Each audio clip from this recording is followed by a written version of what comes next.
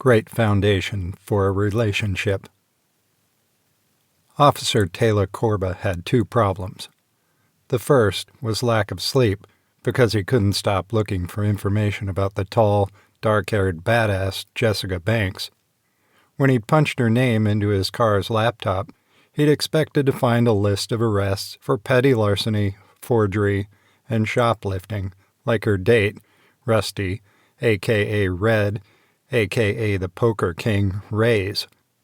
Barring that, he suspected assaults and other mischief related to debt collection, like the attackers, like Lance McDowell, the one she called Sausage Fingers, or the other one, who Taylor suspected was Warren Gordon, a.k.a. Broomstick, one of McDowell's known accomplices, and the only one whose description matched the character he'd seen slinking away while his hands were full dealing with Banks and the other two.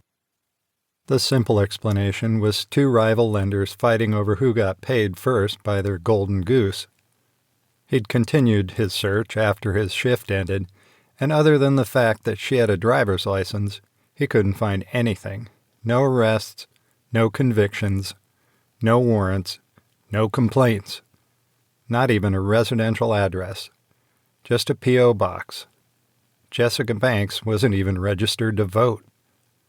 As suspicious as the first problem seemed, a woman, or a man, who could take out two thugs and act like it was nothing, should have some kind of record, or, at the least, a military background. The second problem was, in his eyes, even worse. His fascination with Jessica Banks had prompted his current stalkerish behavior, and a desire to know everything about her, where she grew up, what books she liked, what she did when she wasn't beating up collection agents for loan sharks. He wasn't motivated by the need to arrest her or see justice done. He wanted to hold her hand and walk with her in the moonlight. That last thought brought him back to reality.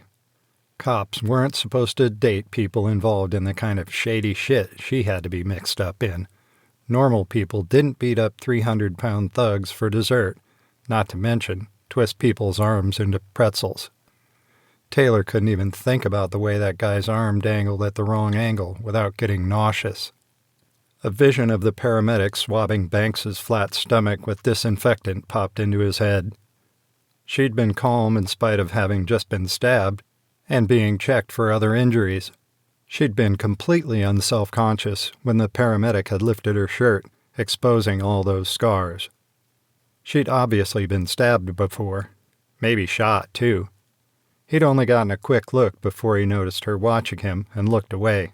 Anyone with that many scars, one was even fairly new, and enough muscles to fill a prison yard, didn't get that way playing tennis.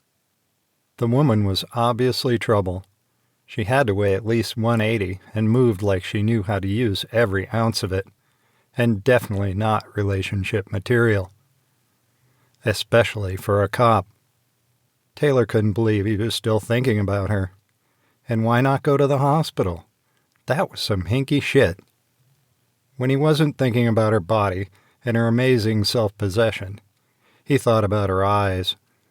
At once drawn into their dark depths and terrified by the deep pain and capacity for violence he saw there. She reminded him of guys he knew who'd been deployed in the Middle East but wouldn't talk about it. Where had she gotten all that life experience? She had to be the most frustrating woman he'd ever met. Taylor slapped his laptop closed and pushed back from the breakfast bar, running both hands over his short hair as he paced in a circle around his living room. How was he so infatuated with someone he'd only talked to for a few minutes, and who he was sure was lying about, at the very least, the way the fight went down, and probably, about a lot more, like who she really was.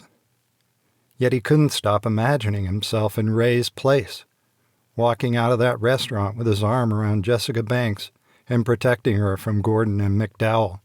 He snorted at the thought of her needing his protection,